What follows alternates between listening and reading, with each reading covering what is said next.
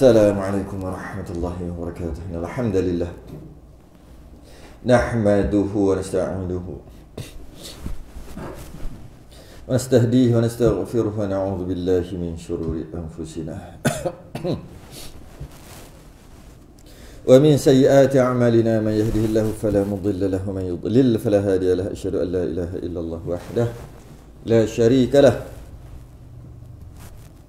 Asyhadu anna sayyidana Muhammadan 'abduhu wa rasuluhu. Allahumma shalli wa sallim wa barik ala sayyidina Muhammadin al-fatih lima ughliqa wal khatim lima sabaq nasirul haqqi bil haqq wal hadi ila siratikal mustaqim. Sallallahu alaihi wa ala alihi wa ashabihi haqqa qadrihi wa miqdarihi al-'azim. Allahumma nawwir bil kitabi basari wa atliq bi lisani اشرح بصدري واستعمل به جسدي بحولك وقوتك فإنه لا حول ولا قوة إلا بك. سبحانك لا علم لنا إلا ما علمتنا إنك أنت العليم الحكيم. ولا حول ولا قوة إلا بالله العلي العظيم. أما بعد. Sambung Kifayatul Muhtadi 108 Jawi Rumi 200 bukan 138 Jawi 108 Rumi 138. Masuk solat sunat tasbih. Qala al-mu'allif rahimahullah ta'ala wa nafa'ana wa iyyakum bi'ulumihi fid darain amin ya rabbal alamin. Dan setengah daripadanya sunat sembahyang sunat lah. Sunat sembahyang tu masuk sembahyang sunat. Sembahyang sunat tasbih, iaitu 4 rakaat. Tasbih 4 rakaat dengan 1 salam. 4 rakaat 1 salam. Sama ada dengan 1 tasyahud atau 2 tasyahud. Oh, gitu. Direct je. Solat sunat tasbih 4 rakaat 1 salam. Sama ada tahiyat awal ataupun tak ada tahiyat awal. Kalau tak ada tahiyat awal 4 direct, tahiyat akhir lah. Kalau ada tahiyat awal 2 rakaat.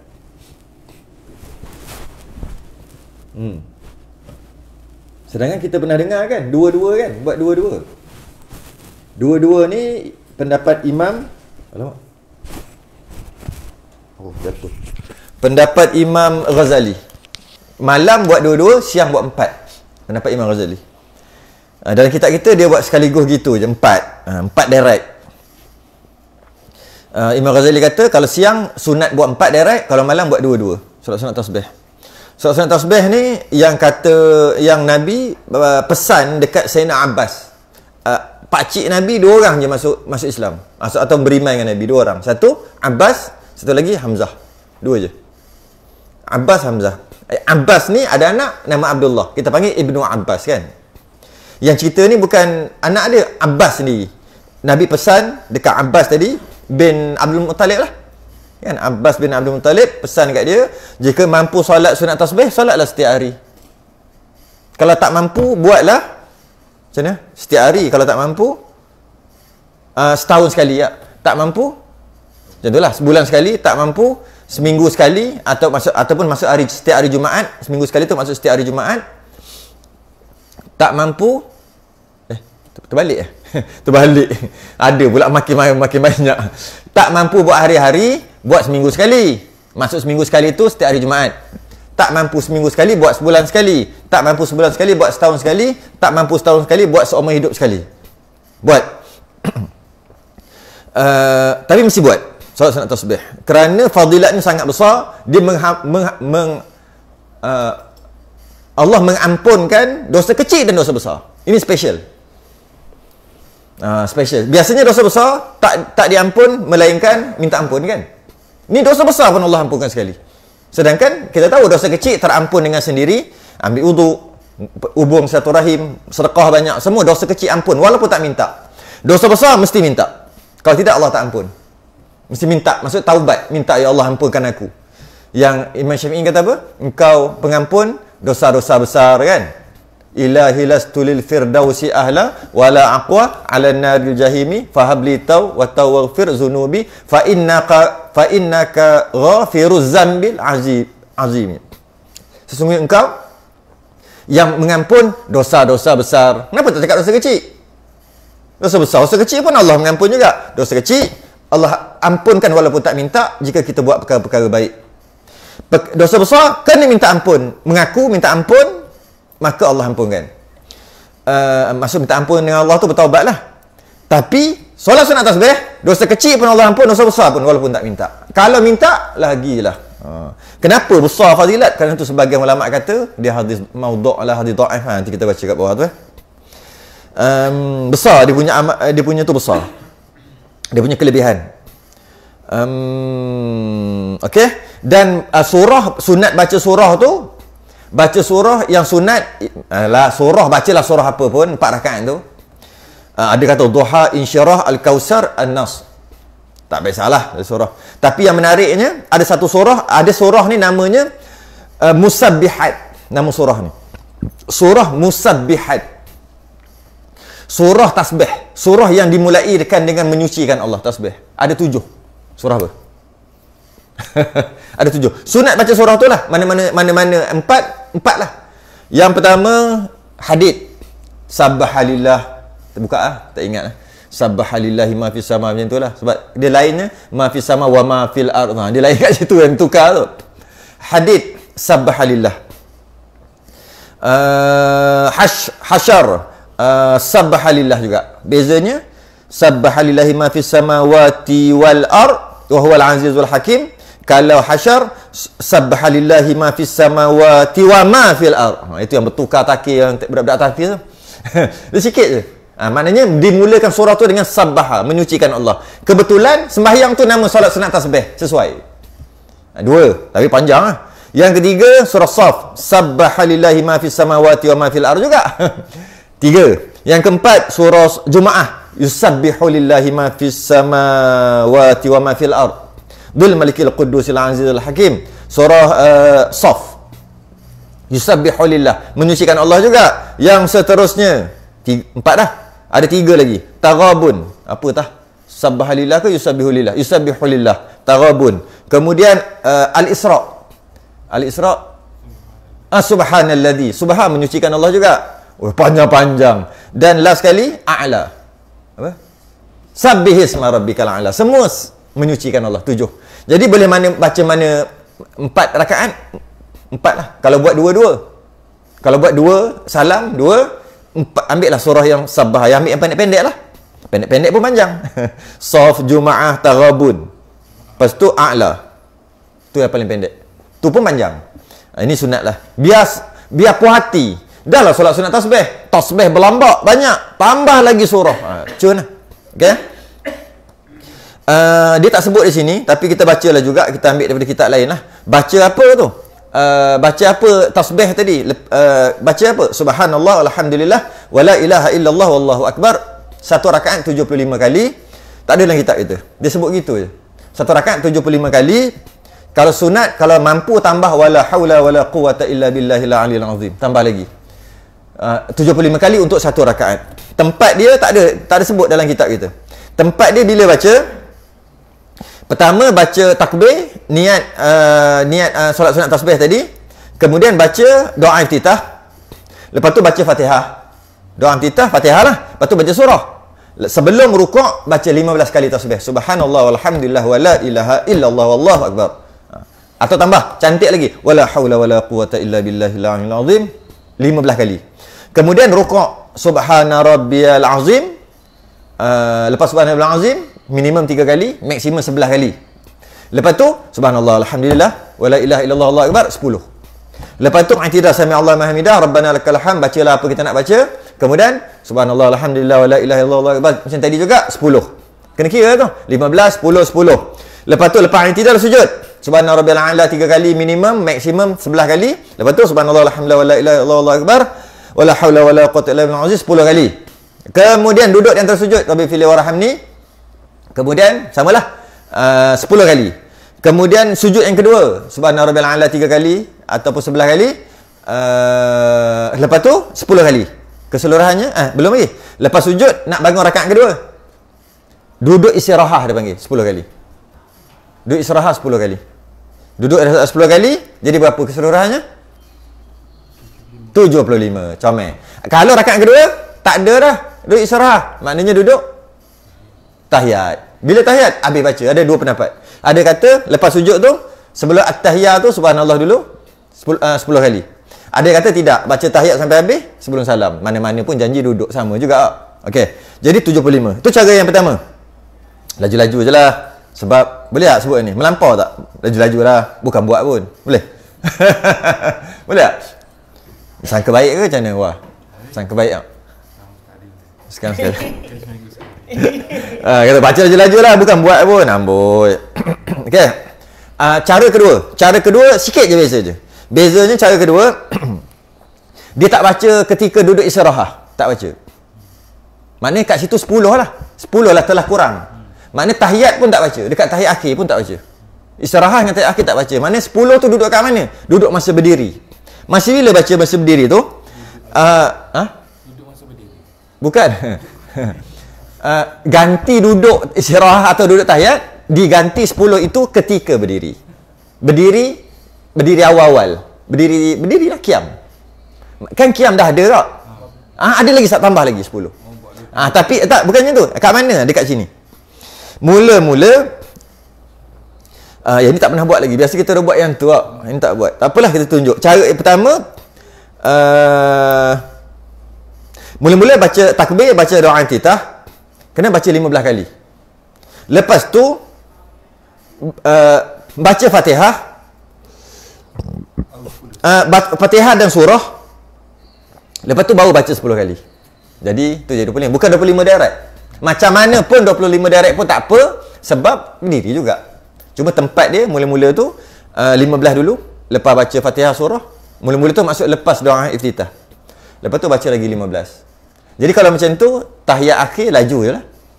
Dan duduk istirahat tak ada maksudnya. Sebab apa jadi gini? Sebab kan ada, kalau kita tengok mazhab-mazhab, pendapat-pendapat ulama, kan duduk istirahat tu ada yang kata tak ada. Dan solat biasa, iaitu lepas sujud Allahu Akbar turun bangun kan. Ada mazhab Syafi'i, pendapat Mu'tamad, ada duduk kejap kan. Allah kan. Sebab tu jadi gitu khilaf tu. Okey. Jadi kalau 75 satu rakaat 4 jadi 300.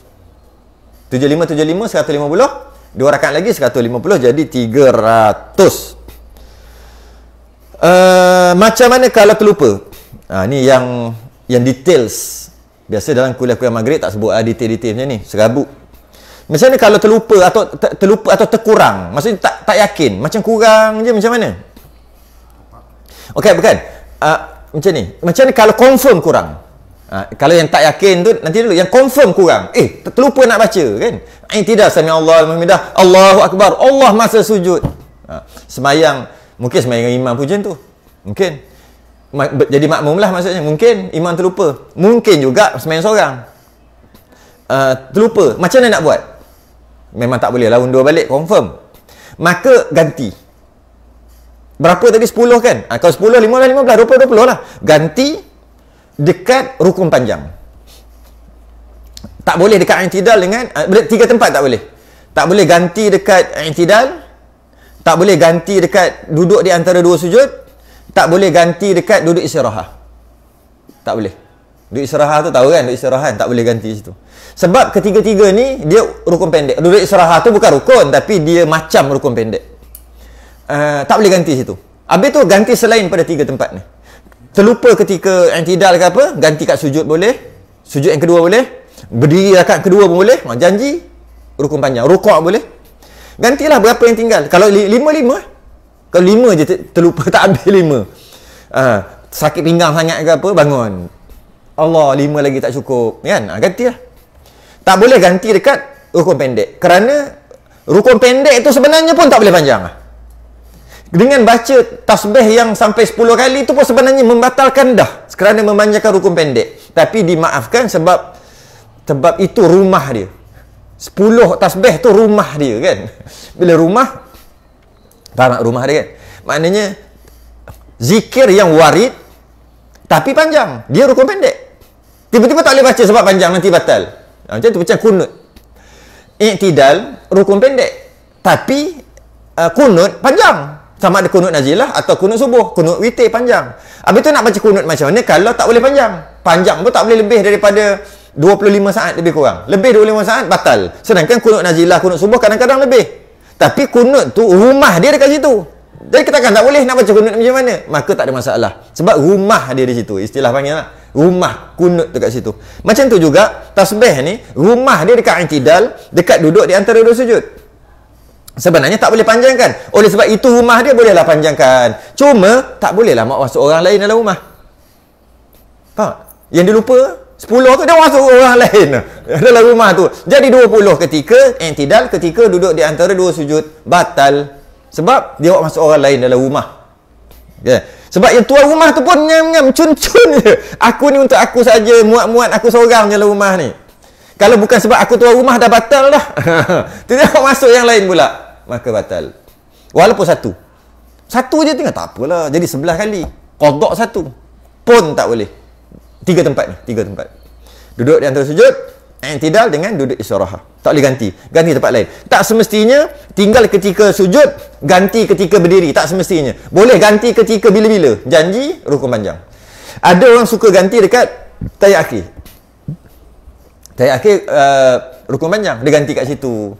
Suka sebab mudah sikit. Sebab rukuk nak ganti ni, Allah, hai. Kan? Nak ganti ketika sujud, alah, hai. Nak ganti ketika tidak tak boleh. Mana lagi? Tu je lah. Nak ganti ketika berdiri. Berdiri pun dah panjang dengan surah-surah. Jadi ganti bila? Duduk tahiyat akhir sebelum salam. Takut-takut lupa. Lupa habis. Jadi, dia mesti 300. 300. Jadi kita dapat faham kat sini. Kenapa nama dia? Okey, sebagai kesimpulan. Okey, kalau tak pasti, ambil yang yakin. Kalau katalah baca tak tahu, tak yakin sungguh, maknanya kira tak baca langsung. Sebab okey, ketika rukuk sami Allah liman hamidah, Allahu akbar. Sami Allah liman hamidah, dia baca rabbana lakal, dia bacalah hamdan katsiran tayyiban, bacalah apa-apa pun. Kemudian dia pun terus sujud. Tapi dia berdiri tu agak lama. Masa dia sujud, tadi baca, macam baca kot, tapi tak yakin, kira tak baca semua. Tapi kalau aku yakin baca 3, tak apa, tambah je lah yang 7. Tambah lagi 7. Kalau macam baca, tak baca semua, ganti 10 dekat sujud ke kat mana-mana. 3, 4. Ambil 3, standard. 3, 4, ambil 3.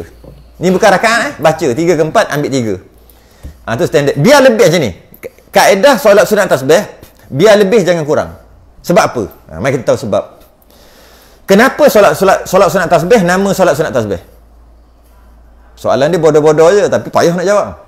Kenapa solat sunat tasbih dinamakan solat sunat tasbih? Sebab dia banyak tasbih. Kan? Yalah. Banyaklah. Banyak. Banyak tu apa? Betul, banyak tu berapa? 200 banyak juga, 100 banyak juga. Malah kita semayang, banyak tak tasbih? Semayang biasa. Semayang sunat, semayang hajat lah. Banyak tak tasbih? Banyak. Berapa banyak tasbih? Ketika rukuk 3, tasbih lah tu. Ketika rukuk 2 kali dah 6 dah. Sujud 4 kali dah 12 dah. 6 campur 12, 18. Banyak tu tasbih ke 18 sikit? Banyak lah. Jadi, kenapa solat sunat hajat tak nama solat sunat tasbih? Itu kalau dia baca 3-3-3. Kalau dia baca maksimum 11 semua, solat sunat hajat 11, maknanya 33 satu rakaat, rukuk dengan sujud 2 sujud, maknanya 66 2 rakaat. Dia semayang lagi 2 rakaat, 66, jadi 132 dalam 4 rakaat tu. Dia baca 11 subhanallah subhanallah azim tadi. Kenapa tak boleh panggil dia solat sunat tasbih? Sedangkan banyak juga 100 lebih. Tu soalan. Ni soalan ni. Ini bukan jawapan, ni soalan. Kenapa dipanggil solat sunat tasbih sedangkan solat lain pun banyak juga tasbih? Paling kurang pun 18. Kalau kita baca banyak mungkin lebih sampai beratus, 100, tapi tetap tidak dipanggil solat sunat tasbih. Boleh tak kita kata sebab niat? Tak boleh. Sebab solat sunat tasbih martabat apa? Mutlak. Solat sunat tahiyatul masjid martabat mutlak, solat sunat ihram martabat mutlak, solat sunat tawaf martabat mutlak, solat sunat hajat martabat mutlak, istikharah martabat mutlak. Solat sunat qabliyah ba'diyah bukan, martabat mutlak bukan, duha bukan, witir bukan. Solat sunat duha martabat dia berwaktu. Dipanggil martabat. Solat sunat berwaktu. Solat sunat witir berwaktu. Solat sunat qabliyah ba'diyah berwaktu. Solat hari raya bersebab. Ada kata berwaktu juga. Waktu ke sebab? Berwaktu juga. Berwaktu. Solat sunat gerhana bersebab. Bukan mutlak. Yang mutlak yang sebut tadi. Hajat mutlak. Tak, martabat dia tu mutlak. Bila martabat dia mutlak, maka kita tak boleh kata dengan niat tu jadilah solat tu, tak boleh. Tapi memang kita akan niat solat sunat istikharah, kita niat istikharah. Maka jadi istikharah. Tapi sebenarnya bukan sebab kita niat. Bukan. Niat kita tu tetap jadi solat sunat juga. Niat kita walaupun istikharah dia jadi solat sunat. Mutlak.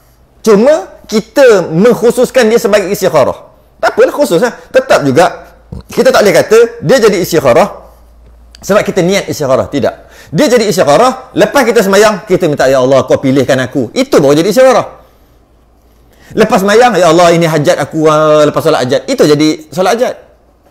Bila masuk masjid, kita solat tahiyatul masjid, itu martabat mutlak. Sebab tu boleh masuk dalam sembahyang lain. Solat mutlak, martabat mutlak boleh masuk dalam sembahyang lain. Solat sunat tawaf. Wattakhidhu maqam Ibrahim musalla. Lupa lah. Jadikanlah tempat lepas tawaf tu baru buat ulang kaji. Lepas tawaf tu 7 kali sembahyanglah dekat maqam Ibrahim musalla. Quran sebut. Jadi maka sembahyanglah belakang tu. Okey. Sembahyang apa? Solat sunat tawaf. Solat sunat tawaf tu martabat mutlak. Kebetulan waktu tu dah masuk maghrib ke, masuk isyak ke, masuk apa, dia terus sembahyang isyak. Dapat automatik sebab dia masuk. Okey. Solat sunat tasbih pun martabat mutlak. Martabat dia mutlak. Soalannya, kenapa nama solat sunat tasbih tak dinamakan solat sunat tasbih yang lain, sembahyang lain, walaupun sembahyang lain pun banyak tasbih? Kerana nak kita kata ia tu banyak dalam dari sudut apa? Pembacaan, dari sudut zikir lah pembacaan, dia mesti 300 ke atas. Baru namanya banyak. Barulah layak dipanggil solat, baru layak dipanggil banyak dalam masalah bacaan. Kalau kata hari bulan Ramadan sunat membanyakkan baca Quran, betul? Apa maksud banyak? 300 ayat. Tu maksud dia. Bukan banyak tu main baca, tidak. 300 ayat minimum.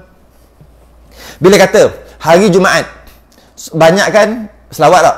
Selawat. Maksudnya 300 ke atas. Kalau tidak, tak nama banyak. Dari sudut bacaan, zikir, sebagainya, bila kata banyak, 300 ke atas. 300 ayat, 300 kali, 300 ke atas. Baru layak dinamakan banyak. Banyakkan zikir. Banyakkan zikir subhanallah. Maknanya 300 ke atas. Suami kerah sangat. Kerah keng sangat. Isteri dia, Allah lembutkanlah suami aku. Baca Ya Latif. Banyakkan baca. Isteri-isteri supaya suami tu lembut sikit. Berapa banyak? 300 ke atas. Semua 300 ke atas. Kalau 300 ke bawah, tak nama banyak. Niatlah Ya Latif, Ya Latif, Ya lembutkan suami aku, lembutkan. Lepas tu tahu patah. Barang-barangnya patah situ, patah sini. Tahu? Ya au. Bukan lembut tu, lembutkan hatinya. Jangan lembutkan badannya. Tak ada zuriat nanti. Jadi itulah apa-apalah. Kalau kata banyakkan baca Quran, ingat 300. Banyakkan berzikir, alhamdulillah. Banyakkan alhamdulillah. Banyakkan ya ghani, ya ghani. Nak kaya? Banyakkan ya ghani, ya ghani, ya ghani, ya ghani. 300. 300 ke atas. Kaya? Kalau tak kaya harta pun kaya dengan zikir. Mana nak? Kaya. Sebab itulah bila sebutnya banyak, layak dikatakan banyak, maka 300. Jadi solat sunat tasbih kerana banyak tasbih. Berapa banyak? 300. Sebenarnya bukan 300. Tambah subhana rabbiyal a'la 3 kali, kat situ berapa dah? Tambah sebenarnya lebih 300. Okey. Kalau kaedah dia jangan kurang, biar lebih. Sebab kalau kurang, dia tak jadi solat sunat tasbih, dia jadi solat sunat mutlak saja. Katalah 299. Jadi solat sunat mutlak. Macam solat sunat mutlak, solat mutlak. Okey, habis. Itu detail dia. Tetapi segala ahadis yang menunjuk, segala hadis-hadis yang menunjukkan atas sembahyang tasbih ini Berkata beberapa ulama ada tak berapa setuju dengan hadis-hadis yang menyatakan solat sunat tasbih ni. Keadaan hadisnya itu dhaif. Dhaif ni maksud sanadnya dhaif. Dan berkata setengahnya, ada ulama kata keadaan segala hadisnya itu maudhu', palsu. Ada ulama kata hadis dhaif, ada ulama kata hadis palsu. Jadi, maka bila ada ulama kata dhaif dan ada kata palsu, samalah juga. Ada ulama kata batal, ada ulama kata tak batal. Jadi kenapa kita nak ini ya, tak sebenarnya tak ada masalah. Dah ulama kata dhaif kan. Bila dhaif, dia bukannya palsu. Bila dhaif bukan tak boleh amal, cuma dhaif. Dhaif ni jalur periwayatan dia tu dipertikaikan. Ada orang-orang dipertikaikan. Orang ni pelupa. Buktinya buat keluar. Masa dia tua-tua dia lupa. Oh, Nabi cakap lain, dia cakap lain. Contoh. Masa muda-muda dia okey. Ada cerita dia. Ada cerita. Maka dia kata, oh ni pelupa. Bila sebab dia ni pelupa, dia salah seorang yang meriwayatkan hadis, maka turun pangkat. Cari pula hadis lain untuk menyokong. Kalau ada hadis lain untuk menyokong, mungkin dia naik hasan ke, apa ke. Adalah. Ada hadis lain. Mungkin tak jadi sahih pun. Tengoklah macam mana yang menyokong. Tak ada yang menyokong, kekal dia dhaif. Tapi tak boleh kata palsu. Sebab ada orang dia kalau dhaif tu dia seolah macam palsu. Tak boleh. Dhaif bukan bermakna tak boleh amal. Dhaif maksud jalur periwayatan dia dhaif, lemah dan dipertikaikan. Jadi hadis-hadis dhaif tak boleh digunakan untuk faham akidah. Tak boleh tentang Tuhan. Tak boleh. Mana boleh tentang akidah dia kena sahih, mutawatir tentang Tuhan. Tapi tentang hukum hakam tak boleh juga. Hukum hakam sah batal tak boleh juga. Dhaif. Sebab bila nak sah batal cerita dosa pahala benda besar ni. Tapi berkaitan dengan fadail amal untuk menggalakkan orang ibadah, boleh aja. Boleh aja pakai. Jadi kita faham kat situ, tapi ada ulama kata maudhu'. Samalah. Sentuh suami isteri kan batal. Ada ulama kata tak batal. So, tak guna bincang. Kita tiba-tiba kata, tak apa, awak nak pergi masjid tu salam je isteri. Apa cakap macam ni? Apa pasal? Asal cakap macam ni? Kan dah tahu khilaf itu. Samalah. Tak boleh amal. Dia adalah hadis palsu mengikut sebahagian ulama. Mengikut sebahagian ulama. Habis dia tak nak cakap ke yang kata dhaif. Jadi tak payahlah bincang. Yang bila bincang ni yang jadi ni. Untuk fadhil amal tak ada masalah. Untuk fadhil amal ni menggalakkan orang beramal. Tak ada masalah. Menyukakan. Tak ada masalah pun. Hadis dhaif tak ada masalah guna. Lepas tu ada lah dhaif jiddan, sangat lemah ada. Tapi dhaif tetap dhaif. Bila sebut dhaif bukan bermaksud maudhu'. Bila ada khilaf ulama, macam ada yang kata palsu, ada kata dhaif, macam juga hukum hakam, ada kata batal, ada kata tak batal. So kadang adalah grup-grup ni. Tapi time jadi masalah, tahu pula nak pakai pendapat dhaif. Bila-bila jadi contoh macam kes pergi kat tawaf, dia sentuhnya sentuh Kaabah ke macam itulah, dia masuk.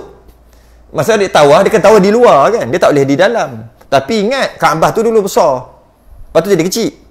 Sebab tak cukup lah cerita pasal dia suruh telanjang, pakat-pakat telanjang lah, panjang lah cerita tu. Kutip batu semua. Akhirnya pakat-pakat telanjang. Nabi seorang je tak telanjang kan, bina balik Kaabah. Tak cukup batu, tak cukup batu lah senang cerita, tak cukup peralatan yang halal, semua haram. Teruk sungguh waktu tu. Kaya-kaya tapi aku punya haram, tak boleh letak Kaabah. Tapi buat kerja haram, tapi dia tahu. Macam tu lah, curi ayam, kena sembelih. Kalau tidak haram. Habis kau curi lah. Macam sama tu geng-geng musyrik Mekah lu. Curi ayam tapi sembelih tak boleh, nanti haram makan, kena sembelih. Masuk rumah orang, curi, tengok ada Quran. Tak boleh pegang Quran, tak ada wuduk. Kau curi. Sama lah geng ni, duit berlambak. Tapi dia tahu semua duit haram. Jadi kalau nak buat Kaabah kena duit halal. Tak boleh, jadi tak boleh pakai duit aku. Semua pakat-pakat kata, aku pun haram tak? Baju kau pun haram juga. Beli duit haram. Habis tu macam mana? Telanjang nak buat Kaabah. Kaabah masa tu rosak.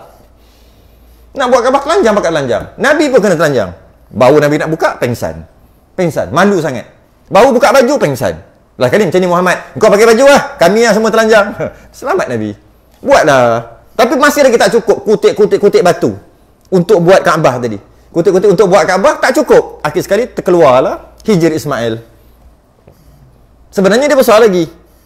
Sampailah sekarang. Tiba-tiba orang ni, ada kes baru ni kan, dia pergi tawaf, dia pergi pegang ke macam mana tak ingat lah. Maknanya seolah-olah dia masuk di dalam. Maka ada ustazah ke ada orang cakap, oh tak boleh nanti. Lepas tu pula dia balik-balik dia kahwin ke anak dia. Sebab dia masih lagi dalam ihram, dia tahlul dia tak sah dan sebagainya lah. Dia lah sebab tawaf dia tak sah. Macam dia nak sa'i tahlul tak sah. Jadi dia balik ke dalam keadaan masih lagi ihram, masih lagi belum tahlul lah, seolah-olah gitu. Kemudian dia kahwin ke anak kan antara 13 tak boleh. Jadi anak tu pula, jadi anak apa tu? Anak haram, jadi cucu haram, habis berharam-haram. Kecoh kejap sebab ada influencer yang buat yang buat. Okey. Tiba-tiba dapat kat geng-geng ni kata, sabar jangan buat kecoh gitu. Ada pendapat gini. Pandai nak ceritain tu. Pandai pula dia kata, ada memang betul masih di dalam lagi. Jika sebahagian besar badan duduk di luar, masih lagi dikira tawaf tu kira sah, maka anak jangan cakap sampai anak haram cucu haram. Nak cerita apa? Golongan ni juga yang bila kata ni dhaif kira palsu, dia juga kata tu. Tapi dalam bab ni konon-konon jadi hero lah. Jangan gitu. Masyarakat jadi apa? Kelang kabut. Kan ada pendapat mengatakan gini. Pandai pula. Ingatkan tak pandai. Tapi bila kata ini hadis dhaif boleh jamal salat sunat tasbih. Oh dia kecoh. Dia kecoh. Ni ada je baca Yasin gini. Dia kecoh sebab dhaif. Tak pandai pula pilih kat situ. Tu je. Tu je. Pandai pula. Jadi bila kata ada kata maudhu', ada kata dhaif, untuk fadhil, kita bukan guna untuk akidah. Bukan untuk akidah. Bab kata ada seorang hamba perempuan yang kata Allah dekat kat langit, Allah fis sama' tu, itu kalau kita tengok ulama kata itu dhaif, dia ambil pula kata Allah kat langit, guna hujah tu pula. Itulah kadang-kadang tak tahulah nak cakap macam mana. Jadi bila dia ada dua dah cukup lah. Memang boleh lah. Cuma dia nak bagi tahu, ada ulama kata dia adalah maudhu' ni, dia sebut nama-nama ulama. Kata Syekh Syihabuddin Abi Muhammad Abdul Rahman yang digelar dengan Abi Syamah Asy-Syafi'i pada kitabnya yang bernama Abbaghith ala Ankaril Bid'ah wal Hawadith. Pada bab bicarakan sembahyang Ar-Raghaib. Ar-Raghaib ni sembahyang Jumaat pertama bulan Rajab. Sembahyang solat yang dilakukan pada hari Jumaat pertama bulan Rajab mengikut pendapat Imam Ghazali dalam kitab Ihya. Maka ada yang tak puatilah dengan hadis ni, tapi Imam Ghazali ambil sebab dia hadis dhaif. Tak ada sembahyang Jumaat pertama bulan Rajab, tak ada kata gitu. Imam Ghazali kata ada. Sebab Imam Ghazali ambil walaupun dhaif, ambil je lah. Ulama lain dia mungkin dia kata maudhu' hadis tu. Cerita pasal tu lah. Katanya maka sembahyang tasbih. Dia cerita tentang sembahyang yang dilakukan pada Jumaat pertama bulan Rajab. Sambil-sambil tu dia pun kata, maka sembahyang tasbih jika difardukan sahnya. Bukan difardukan tu bukan diwajibkan. Jika dikatakan ada sembahyang tasbih tu, sahnya maksudnya hujah-hujah yang mengatakan ada sembahyang tasbih, dia kata gitu, adalah ia daripada jumlah yang diistisnakan dia oleh syarak, dikecualikan. Ni yang tak puati ni, yang menentang. Diistisnakan, dikecualikan dia oleh syarak, padahal beberapa banyak jalan hadisnya, tetapi banyak jalan hadis, maksud banyak solat sunat tasbih ni banyak jalannya, periwayatannya, tetapi tiadalah sah satu daripadanya. Satu pun tak boleh pakai, kata dia. Sebab ada masalah. Tak boleh pakai tu ada masalah. Problem jalan periwayatan walaupun banyak. Setiap satu tidak boleh menyokong satu yang lain. Sebab sama-sama dhaif. Kalau satu tu sahih, dia boleh sokong yang dhaif tadi. Ni tak ada, dia kata. Semua dhaif. Sesama dia pun tak berapa nak boleh sokong sangat. Okey? Kerana tiada suatu jalan daripadanya yang nampak jernihnya dan sejahteranya. Tak ada nampak yang jalan periwayatan tu jernih molek. Mesti ada yang masalah. Ni pembohong. Oh, dia kata. Ni hadis ni tapi ada yang meriwayatkan seorang tu pembohong. Ada yang gitulah, pelupa. Ada yang sakit macam-macam. Okey? Dia kata tak jernih. Tak nampak jernih. Dan jangan engkau terdaya dengan barang yang disebutkan dia oleh Abu Daud pada sunannya. Oh, dia marah. Dia kata jangan, walaupun ada dalam hadis Abu Daud, dalam sunannya, ada dalam kitab dia lah, kitab Abu Daud ada, jangan terpedaya. Kasar juga. Jangan terpedaya kata. Dan barang yang disebutkan dia oleh Tirmizi pada jami'nya, sama juga, ada juga Imam Tirmizi. Dan barang yang disebutkan dia oleh Ibnu Majah pada sunannya, jangan kamu terpedaya walaupun ada. Dan Al-Hakim pada Mustadraknya, dan Al-Baihaqi pada sunannya, semua ni kitab ulama-ulama ni lah, hebat-hebat semua ni. Dan jangan kau terdaya dengan barang yang dikarangkan dia oleh Al-Hafiz Abu Bakar Ibnu Ahmad bin Ali yang dihimpunkan padanya segala jalannya. Maksudnya dia tak terima juga. Padahal ada. Kerana hujahnya, walaupun ada dalam kitab-kitab para ulama, itu bukan bermakna boleh amal. Tu hujah dia. Dia cuma, dia dapat, dia letak. Tapi, kita sendiri yang kena cari sama ada dia, apa status dia. Dia kata gitu. Bukan ada dalam kitab je boleh amal. Tidak. Hadis-hadis ni. Ada yang kitab, mungkin juga dianya dhaif. Mungkin juga maudhu'. Mungkin. Cuma kenapa letak? Sebab dia dapat, dia letak je lah. Kita lah kena cari sendiri. Kata mereka yang tak setuju ni lah. Jadi tak bolehlah kata, ada dalam kitab tu. Memang ada. Tak bolehlah kata gitu. Bagi mereka. Ketat sungguh lah ni. Maka telah berkata Imam Al-A'immah Muhammad bin Ishaq Ibnu Khuzaimah pada sahihnya. Bab bermula sembahyang tasbih. Jika sah suatu hadis padanya, maka tentulah apa tu? Jatuh.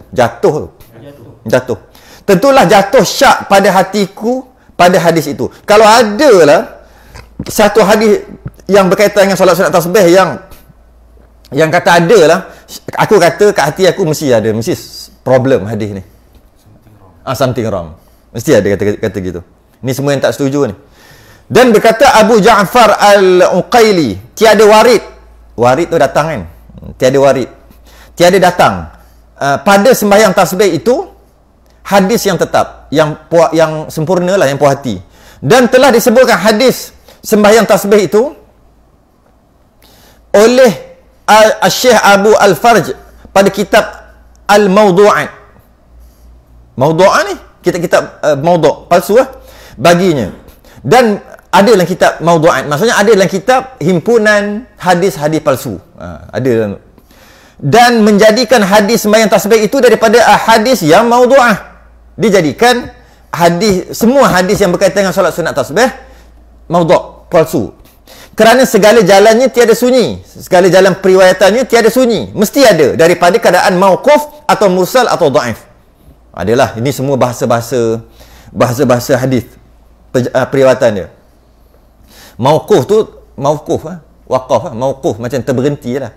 Mursal tu satu, dhaif, lemah. Ini kena cek balik apa istilah-istilah dia, ada istilah-istilah. Dia panggil ada hadis ahad. Ahad ni maksud dia seorang je riwayat. Dia je.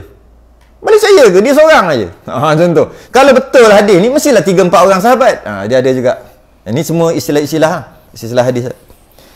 Dan berkata Darul Qutni, semua ulama-ulama hadis ni. Kemudian daripada ia sebutkan beberapa hadis bagi sembahyang tasbih itu, dia lepas dia sebut semua hadis tu, keadaan segala hadis itu tiada sabit suatu daripadanya. Tak setuju juga.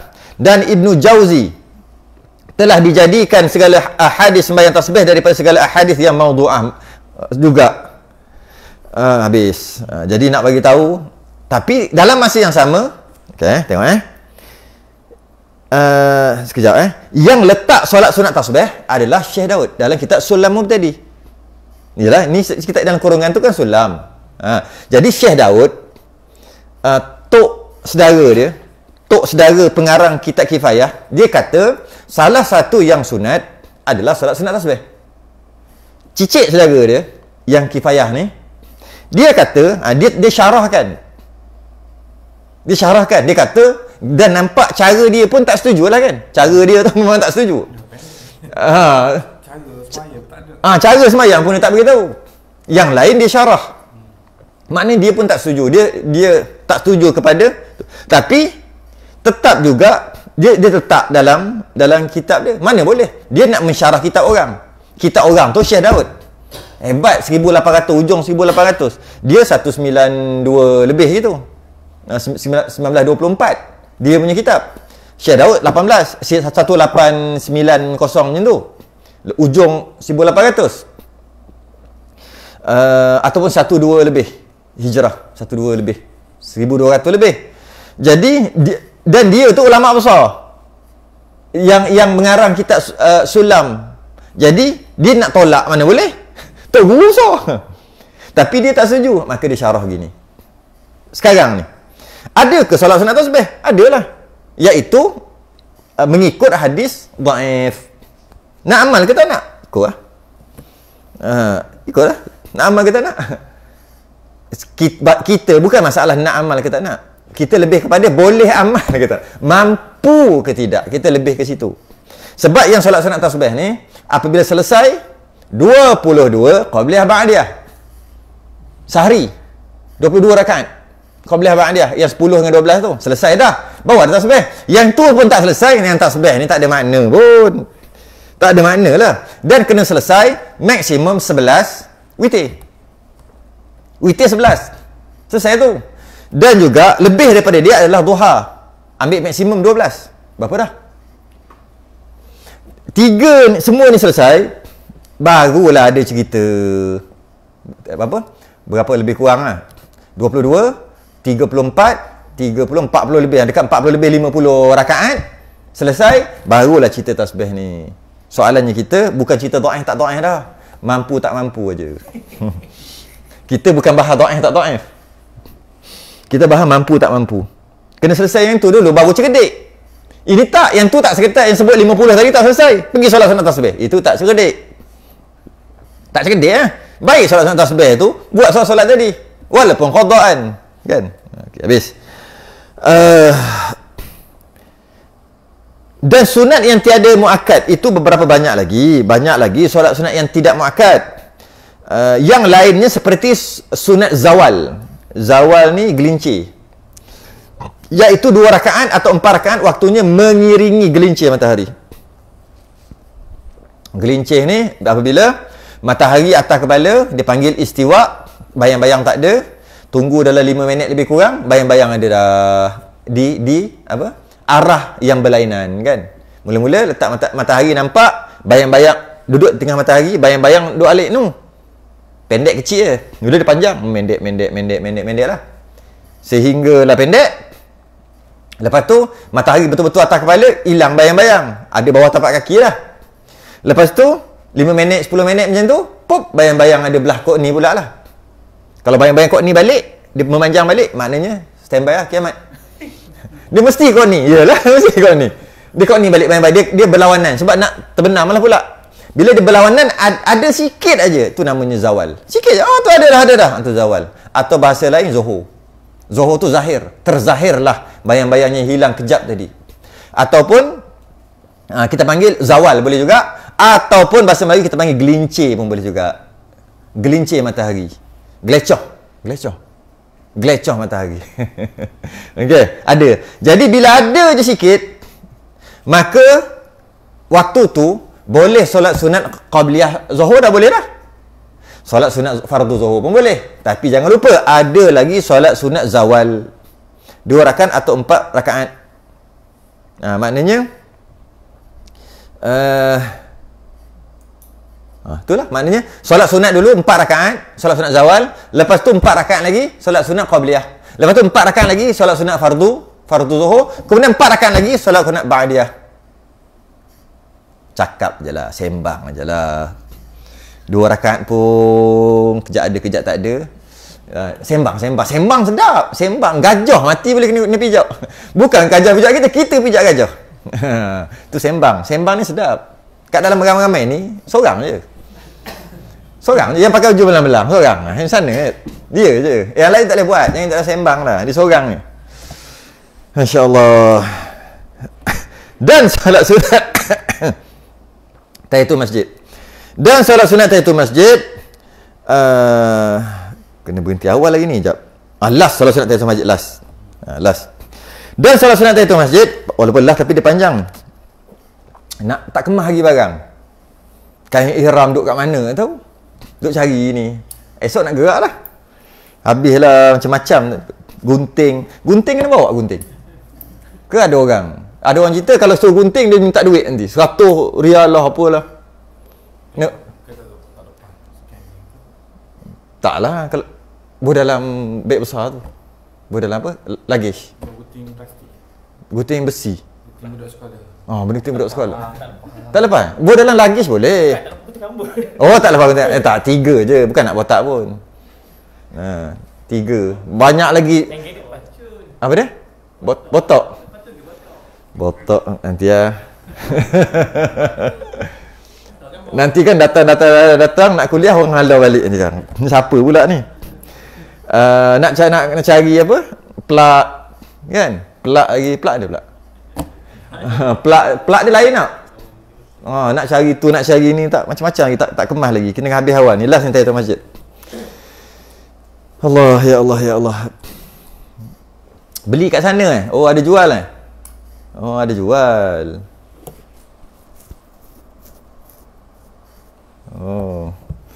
Macam-macam lagi tak siap. Allah, ya Allah, ya Allah. Okey, last solat sunat tahiyatul masjid. Dan sunat tahiyatul masjid ni bermaksud solat sunat tahiyatul masjid bermaksud tahiyah. Kan at-tahiyah tu maksud penghormatan. Tahiyah tu kata baca tahiyat, baca penghormatan. Tahiyatul masjid menghormati masjid. Sebenarnya bukan menghormati masjid, menghormati tuan masjid, iaitu Allah. Okey? Jadi masuk-masuk sunatlah menghormati masjid, menghormati tuan masjid. Kerana cara untuk berhubung dengan Allah tak ada cara lain melainkan dengan sembahyang. Kalau menghormati tuan rumah, bagi salam, tegur, bercakap, tanya khabar. Tapi menghormati Allah, tuan masjid, dia tak boleh tegur, hai gitu, tak boleh. Caranya dengan sembahyang. Perhubungan kita dengan Allah adalah sembahyang. Jadi masuk-masuk rumah orang tu biar respect sikit. Macam itulah. Masuk rumah Allah tu biar respect sikit. Yang boleh didirikan tahiyatul masjid hanya di masjid lah. Janganlah tanya surau boleh ke tidak. Sebab dah nama tahiyatul masjid, bukan tahiyatul surau. Habis kalau surau buat Jumaat, saja aku solat tahiyatul surau buat Jumaat. Tak ada. Tak, orang tanya juga. Surau ni buat Jumaat Ustaz, takkan tak boleh tahiyatul masjid? Niatlah. Sahaja aku solat surau diri Jumaat 2 rakaat. Mana ada tahiyatul surau? Yang ada tahiyatul masjid. Jadi hanya masjid ajalah. Kalau kat kawasan lapang tak boleh lah. Kawasan lapang. Yang kita ni buat solat Jumaat. Solat Jumaat dan tahiyatul masjid tak ada kena-mengena. Jangan disamakan. Tempat tu buat solat Jumaat, mesti boleh tahiyatul masjid. Tak ada kena-mengena dengan solat Jumaat. Janji ianya masjid, tetap boleh tahiyatul masjid walaupun tak buat Jumaat. Contohnya, masjid apa yang tak buat Jumaat? Di Kuantan. Orang Kuantan lah. Ke Tukar Asia lah. Ada masjid tapi tak boleh buat Jumaat. Itu masjid? Bukan. Ya ke? Bukan yang lain? Yang tu tak tahu. Mana orang Kuantan? Semua tak mengaku orang Kuantan lah. Masjid tapi tak boleh buat Jumaat. Jeng buat ni. Tukar isi lah. Masjid Tok Seni.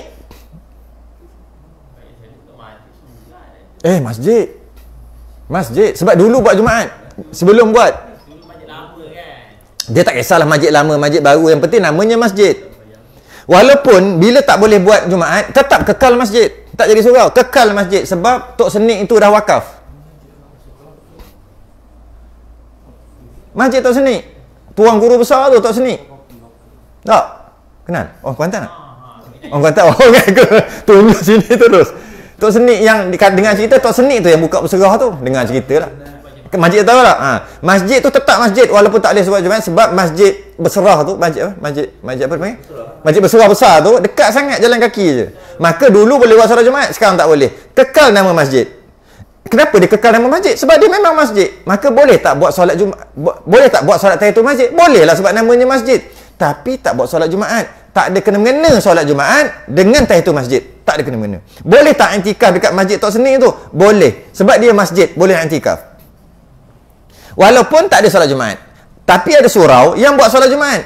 Maka boleh ke tahiyatul masjid? Tak ada kena-mengena. Buat solat Jumaat dengan tahiyatul masjid. Jadi bila dia surau, tak boleh. Settle. Begitulah. Dan begitu juga tahiyatul masjid tak boleh buat. Kalau macam Masjid Salahuddin ni pun sama. Kan ramai kan. Orang sini semua Masya Allah. Subuh macam solat Jumaat. Solat Jumaat sampai terkeluar. Bila sampai keluar tu, sampai ke pintu gate tu, ada orang solat Jumaat. Boleh tak tahiyatul masjid? Itu bukan masjid. Itu tempat jalan tar. Maka tak boleh solat tahiyatul tar. Tak adalah sebab itu bukan masjid. Maka tak boleh lah tahiyatul masjid. Tapi bersambung dengan orang, tak kira bersambung tak bersambung. Janji ia masjid, boleh tahiyatul masjid. Bukan masjid, tak boleh tahiyatul masjid. Kalau bukan masjid. Walaupun sebelah dengan masjid. Bukan tu luar-luar tu tak boleh. Tak boleh. Bersambung tak boleh. Tak boleh sembahyang Jumaat ke? Bukan, tahiyatul masjid yang tak boleh. Apa yang bersambung? Orang bersambung. Jika soh bersambung. Walaupun soh bersambung. Dah penuh nak buat macam mana? Duduk ajalah. Ini tengok orang sembahyang kat luar tu, sedangkan khatib dengan khutbah. Ketika khatib dengan khutbah, tak boleh sembahyang. Kecuali tahiyatul masjid. Dia duduk luar, duduk ajalah. Sembahyang kat tahiyatul masjid. Yang duduk dalam tak apa. Tempat senang cerita macam ni. Tempat yang boleh pijak selipar, tu tak boleh. Sebab bila boleh pijak selipar, pasti mungkin ada najis. Masjid haram ada najis. Kenapa boleh pijak selipar? Boleh pakai selipar? Boleh pakai kasut? Sebab bukan masjid lah. Kalau masjid haram pakai selipar kat situ. Jadi kita dapat faham, yang boleh pakai selipar kasut, dia bukan masjid. Walaupun dalam pagar masjid. Tak boleh. Kalau khatib tak boleh. Dia jadi berdosa. Ketika khatib berkhutbah, tak boleh solat lain. Hanya satu je tahiyatul masjid. Kalau sembahyang juga tak sah dan berdosa. Tak jadi. Sebab tak boleh. Semua sembahyang tak boleh dilakukan ketika khatib sedang berkhutbah. Kecuali tahiyatul masjid. Ataupun nak gabung tahiyatul masjid dengan qabliyah. Boleh. Janji tahiyatul masjid tu ada. Mana-mana boleh. Sebab dua-dua pendapat ada. Ada niat qabliyah, automatik tahiyatul masjid. Dapat. Niat tahiyatul masjid, gabung pun boleh juga. Ibn Hajar Syekh Ramli kata tak payah niat tahiyatul masjid, automatik. Kan? Standard lah. Cerita sama je tu. Ibn Hajar kata kena niat untuk dapat pahala. Syekh Ramli kata tak niat pun dapat pahala tahiyatul masjid. Walaupun niat yang lain sekalipun, qabliyah contohnya, dapat juga tahiyatul masjid dan dapat pahala. Ibn Hajar kata tak niat qabliyah saja, tak dapat tahiyatul masjid, tapi tak dapat niat qabliyah. Tak niat tahiyatul masjid. Kata Syekh Ramli dapat dua-dua pahala, sah dua-dua. Kata Ibn Hajar dapat tahiyatul masjid tapi tak dapat pahala. Sebab innamal a'malu binniyat. Kuat juga. Ibn Hajar lagi kuat lah biasanya. Syekh Ramli pun kuat juga. Hebat dua-dua. Dua-dua mazhab Syafi'i. Hanya dapat tahiyatul masjid tapi tak dapat pahala. Sebab tak niat. Tapi kita biasa Syekh Ramli senang tak? Sekali ke. Macam tu lah gabung puasa qada dengan puasa 6. Sama je, cerita sama dua orang ni. Yang kata kena niat sekali lah puasa 6, puasa qada beserta puasa 6 baru dapat bulan Syawal. Kata tak payah, puasa qada automatik dapat. Kena pula hari Isnin automatik dapat puasa Isnin. Kena pula hari putih 15, 16, 13, 14, 15 dapat lagi. Kata Syekh Ramli. Kata Ibn Hajar, mana dapat? Niat lah. Dapat tapi pahala tak dapat. Niat baru dapat. Innamal a'malu binniyat kan. Yang bestnya yang bestnya apa?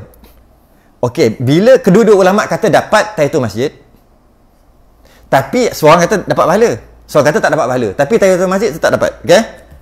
Maka ulama buat masalah. Jika dia menceraikan isteri, dia kata, kalau aku solat tahiyatul masjid, jatuh talak. Satu. Dia pun masuk ke masjid, Tak niat tahiyatul masjid, dia sembahyang apa-apalah, sembahyang maghrib. Tapi tak duduk lagi. Terus sembahyang maghrib. Masuk-masuk terus sembahyang sembahyang qabliyah apa-apalah. Masuk-masuk terus sembahyang tahiyatul masjid yang tadi tu ke? Tapi bukan niat tahiyatul masjid, dia niat qabliyah ke?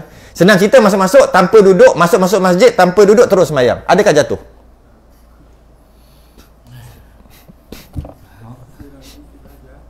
Jatuh. Aku tak niat. Aku niat sembahyang maghrib. Jatuh.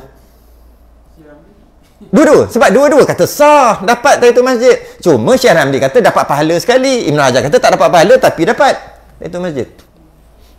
Jadi jatuh talak. Macam mana cara tak nak bagi ni? Dia duduk dulu. Duduk boleh duduk. Tahiyatul masjid tak boleh dah. Tahiyatul masjid tak boleh duduk. Duduk. 1, 2, 3. Bangun sembahyang. Tapi tu lah, setiap kali nak kena cancel kan lah. Macam mana nak cancelkan balik? Dia panggil ta'liq tu. Dia kata, jika aku sembahyang tahiyatul masjid, terjatuh talak satu ke atas engkau. Macam mana nak cancelkan balik? Tak, dia jadi dua. Dia jadi dua ta'liq.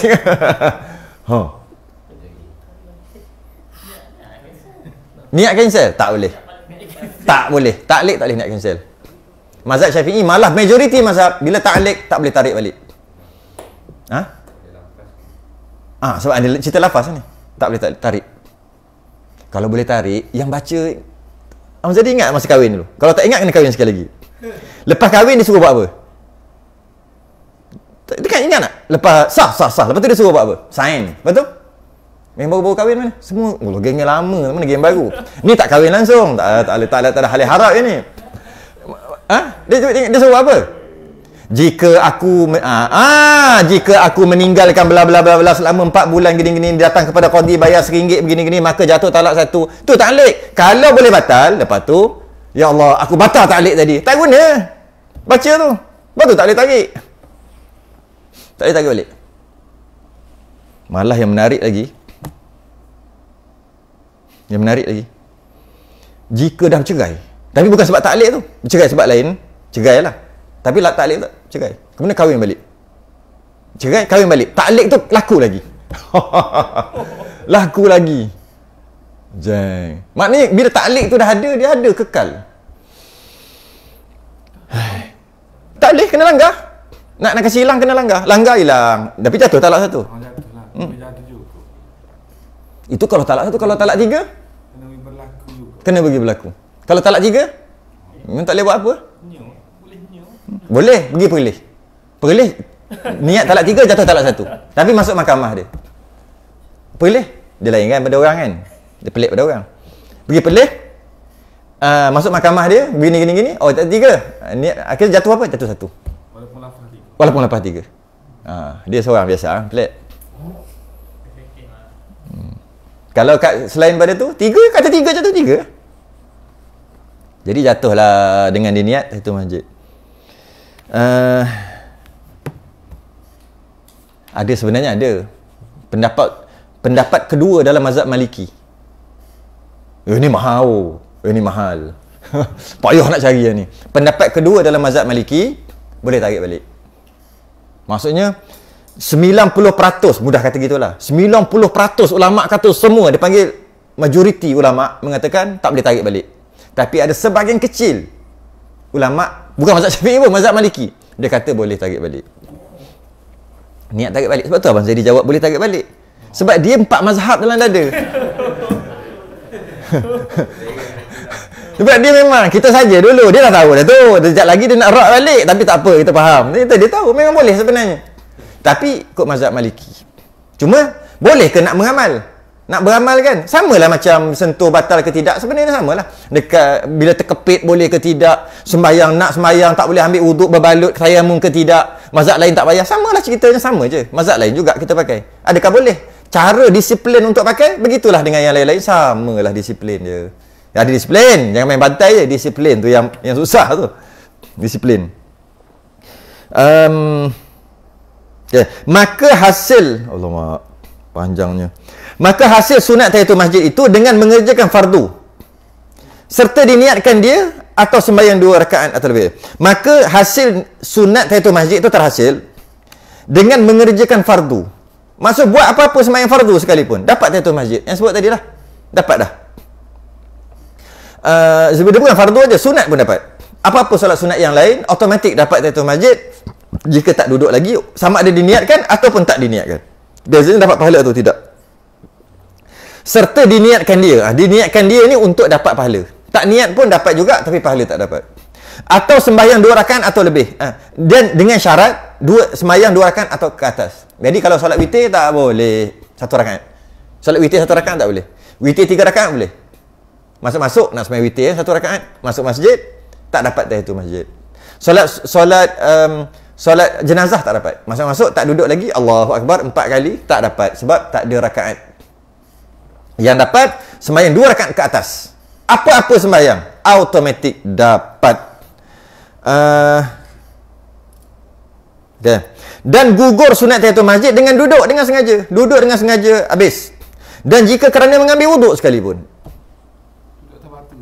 Tapi soalannya, itu masjid ke tidak? Senang je. Boleh tak ludah dalam masjid? Tu cara tu. Cerita ni bukan senang, bukan. Cara ni cara untuk senang. Saya bagi kaedah. Jangan ambil hukum aja. Ambil hukum time kuliah maghrib kan. Kuliah malam ni dia kena ambil kaedah. Sebab tu kata, boleh tak pakai selipar? Tak ada orang ajar gitu. Ini kaedah. Orang biasa kata, oh kat luar tu bukan masjid. Dia kata bagi tahu gitu. Saya tak mau gitu. Saya bagi tahu sekali dengan kaedah. Boleh tak pakai selipar? Itu kaedah dia suruh fikir. Sama juga. Okey. Tempat ambil wuduk tu duduk boleh ke tak? Macam ni.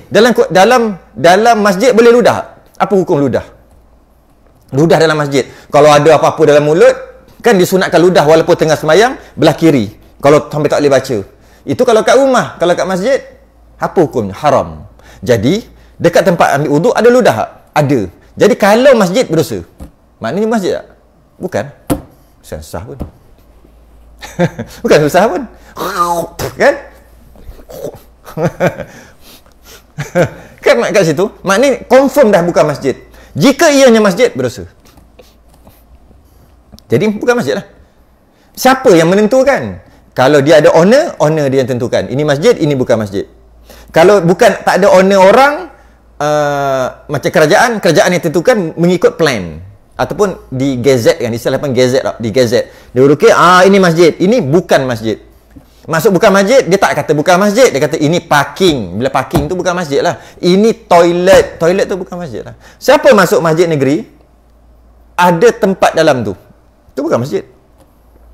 Tempat ambil uduk ke toilet, masjid Shah Alam tu. Masuk dalam ada toilet. Dah tak dalam sangat tepi. Itu bukan masjid. Kalau tidak, mana boleh kencing dalam masjid? Cuma kita nisbahkan kecing masjid. Masjid kan tempat kencing je kan. Singgah sebentar, kecing. Kita kata je kencing kat masjid. Sebenarnya bukan, pinjam je perkataan tu. Kencing bukan kat masjid. Masjid yang mana boleh sembahyang tahiyatul masjid, yang mana boleh iktikaf. Dan masjid tak boleh ada 21 larangan dalam masjid. Tak boleh jual beli, tak boleh ada najis, tak boleh itu, tak boleh ni, macam-macam larangan. Habis tu, yang boleh kencing apa tu? Bukan masjid. Masjid bukan semestinya petak. Masjid bukan semestinya bulat. Masjid boleh gini. Boleh. Tuan dia kata gitu. Kenapa gitu saja? Habis yang ni kat luar ni dia gitu kan. Bawah naik atas tu bawah. Panjang, lu satu kaki panjang. Pergi balik. Boleh. Kona balik, kona atas, masuk ke dalam, masuk dalam bangunan. Keluar balik. Mana semua tu bukan masjid kat luar, bukan. Habis yang masjid yang tu je lah dalam tu. Kenapa dia buat panjang itu? Dia kata sini untuk orang haid boleh masuk, dia duduk sini walaupun nampak macam dalam masjid, tapi kapet dia warna merah. Contoh, kapet merah ni owner dia ataupun kerajaan ataupun orang yang bertanggungjawab, dia nisbahkan, dia niatkan bukan masjid. Maka dia letak kapet merah. Bila kapet merah, orang yang nak dengar kuliah apa boleh duduk walaupun duduk sebelah. Ini kapet biru, ni kapet merah. Oh, dia boleh duduk sini, haid boleh sebab bukan masjid. Tapi tak adalah orang buat gitu. Cuma boleh. Tapi orang duduk kat kapet merah, tak boleh lah tahiyatul masjid. Tak boleh lah iktikaf. Nak iktikaf, ngesok sana. Ngesok sini. Boleh. Bab masjid ni panjang lagi sebenarnya. Macam mana nak jadi masjid, kena wakaf, kena gitu gini, panjang lagi. Jadi mengambil wuduk sekalipun, ambil wuduk duduk. Malah bukan ambil wuduk sekalipun, pecah stokin sekalipun. Masuk kan, pakai stokin. Nak ambil wuduk kan kena pecah dulu. Duduk. Maknanya ambil wuduk tak ada masalah duduk sebab dia bukan masjid. Buktinya boleh ludah. Habis tu kalau pecah stokin dekat situ tak apa. Tapi kalau masuk dulu duduk bentar, buka kipas, duduk kat ni, buka kipas, duduk buang stokin. Lepas tu pergi ke tempat ambil wuduk, habis. Jadi macam mana nak buat? Boleh je. Duduk keluar sekejap, keluar ke tempat dia. 1, 2, 3, masuk balik. Dia bukan mesti kalau dah datang tak boleh tahiyatul masjid kerana telah duduk, bukan bermakna tak boleh terus. Keluarlah masuk balik. Malah ulama kata walaupun sengaja, tak tahu nak sembahyang apa. Keluar jap, keluar. 1, 2 macam Siti Piramli tu kan. 1, 2, 3. Tu tak cerita. Musa berjanggut. Kan orang tu datang yang apa? Yang nak dia nak apa? Nak Minang tu. Keturunan ayam Belanda tu. Keturunan ayam Belanda. Tak sama ni keturunan ayam Serama. Ayam ni nak ayam Belanda. Tak sama. Kita tak sama. Kan dia kata nak Minang. Kejap-kejap. Puspa apa? Puspa wangi kan. Kan dia masuk. Orang tua tu masuk. Betul kata 1, 2, 3. 1, 2, 3. Betul dia keluar. Macam tu lah. Keluar ke masjid kira 1, 2, 3. Dah cukup 3, masuk balik. Boleh tahiyatul masjid. Lepas tu ambil semayang tahiyatul masjid, Allah tinggal spek mata pula nak baca Quran dalam masjid, tinggal spek mata dekat kereta. Keluar ambil spek mata, masuk tahiyatul masjid lagi. Gitu lah. Boleh, boleh. Sebab yang penting masuk masjid. Tapi bila dah masuk duduk, tak boleh dah. Cara nak boleh, keluar aja, masuk balik. Okey. Dan tiada gugur. Ini tak gugur. Dan tiada gugur jika dengan lupa atau jahil, melainkan jahil ni tak payah bahas lah. Melainkan jika lama masa duduknya. Jika terlupa, ni terlupa yang tadi sengaja duduk. Sengaja duduk pecah stokin tu sengaja. Ni lupa. Gitu duduk. Bila gitu baru tapi dengan syarat sekejap tu tak ada dia letak uruf aja. Macam mana boleh ada hukum sekejap duduk yang kerana terlupa tadi? Sahabat tu lah. Sahabat masuk, Nabi tengah khutbah, sahabat duduk terus. Dia tak semayang. Nabi pun berhenti khutbah, Nabi kata bangun semayang kan. Kan sahabat dah duduk. Agak-agak berapa lama sahabat duduk sebelum Nabi tegur? Agak-agak 5 saat. 10 macam lama sangat. Tapi nak habiskan ayat tu, Nabi tengah nak habiskan ayat, bukan tengah-tengah terus berhenti. Tak, Nabi akan habiskan ayat. Bila habiskan ayat, Nabi suruh dia bangun. Dah semayang belum? Belum, bangun. Kita letak 5 ke? Maksimum 10 kot. Kan? Maksimum 10 saat. Lepas 10 saat, ingat, tak boleh dah. Kalau lupa, boleh bangun. Sebenarnya Nabi suruh bangun kenapa? Selain daripada sebab suruh tahiyatul masjid, tapi sebab di sebalik, hikmah. Ada hikmah dia. Sahabat tu orang miskin. Dia pakai baju tumpah camping. Jahit. Nabi buat satu makna banyak. Nabi pun suruh bangun. Sahabat pun tengok, Allah, sosoknya dia ni. Pakat-pakat tengok dia lah sebab Nabi suruh bangun. Dia jadi perhatian. Dan dia jadi hukum baru. Sahabat catat ataupun ingat, oh, ni hukum baru. Sebab tu sampai ke kita hukum. Sebab sahabat dia ingat, oh, ni hukum.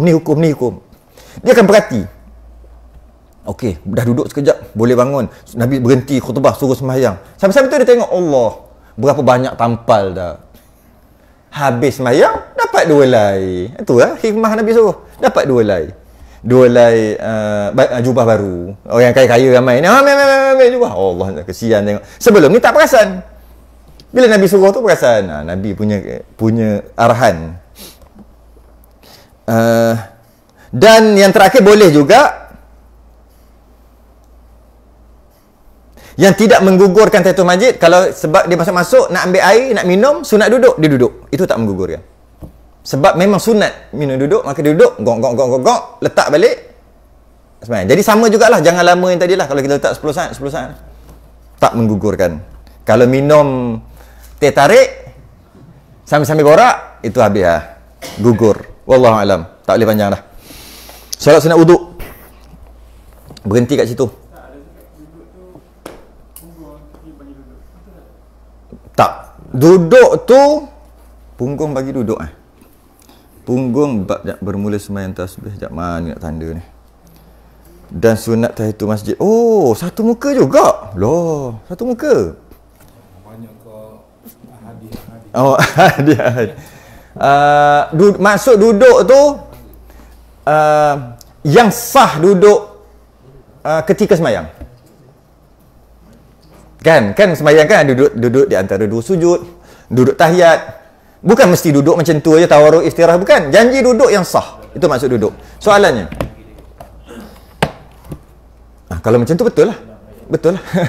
Sebab duduk bercangkung tak sah. Kaedah dia, duduk yang kata hilang, terangkat kesunatan tahiyatul masjid adalah duduk yang sah jika semayang. Yang sah ketika semayang. Iaitu duduk di antara dua sujud dan duduk tahiyat kan. Adakah mencangkung sah? Tak sah. Betul lah. Betul lah kalau macam tu. Dia kena duduk yang sah lah, senang cerita. Macam sama ada, kalau nak duduk sah dalam semayang, dia mesti punggung ke bawah. Ataupun punggung duduk atas sesuatu itu kena bumi. Sekarang ni punggung tergantung. Maka tak nama duduk.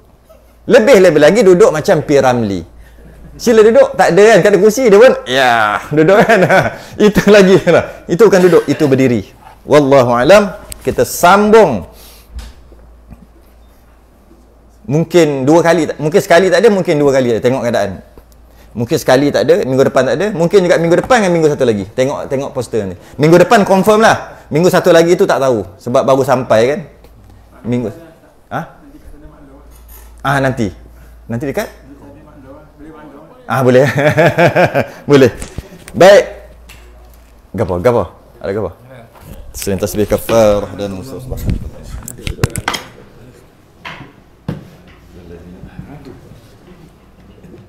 Assalamualaikum.